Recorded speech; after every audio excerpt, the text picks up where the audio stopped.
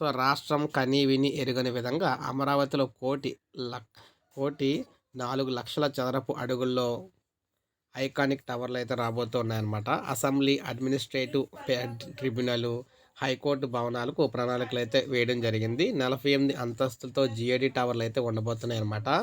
అంటే మన రాష్ట్రంలోని అత్యధిక బిల్డింగ్‌లు అంటే ఎత్తు బిల్డింగ్‌లయితే ఇక్కడ కట్టబోతున్నారు. రాఫ్ట్ ఫౌండేషన్‌లో నీరైతే తొలగిస్తారనమాట.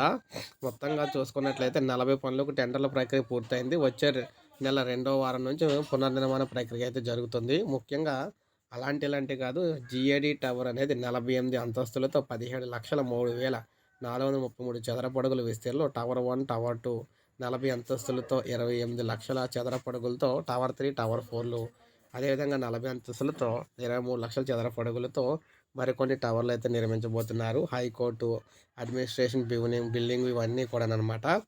ప్రపంచంలోని ప్రముఖ 5 నగరాల్లో ఒకటిగా అమరావతి ఉండేందుకు ఈ నిర్మాణాలు అయితే చేపడుతున్నట్టుగా చెప్పారు. సో, మహర్దశ రాబోతుందన్నమాట ఏపీకి రాజధానికి. సో, ఇది మనకు అప్డేట్. ఒక లైక్ చేయండి, సబ్స్క్రైబ్ చేసుకుని మన ఛానల్ సబ్స్క్రైబ్